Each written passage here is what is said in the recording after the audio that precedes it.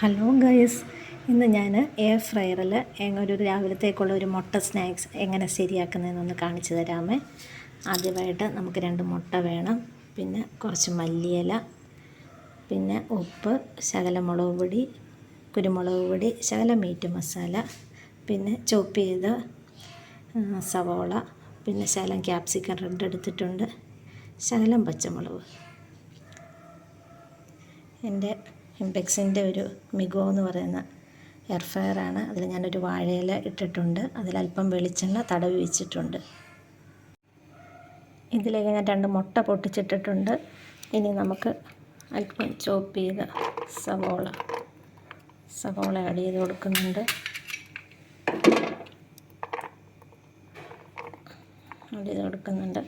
പിന്നെ കുറച്ച് പച്ചമുളക് ആഡ് ചെയ്ത് കൊടുക്കുന്നുണ്ട്.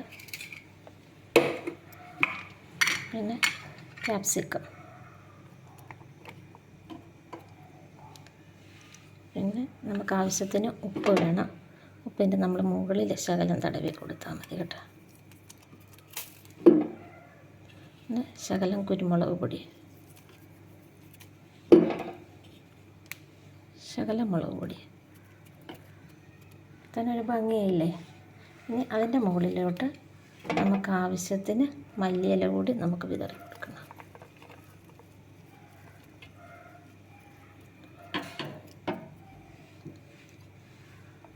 ഇനി നമുക്കിത് അടച്ച് വെച്ച് വേവിക്കാം.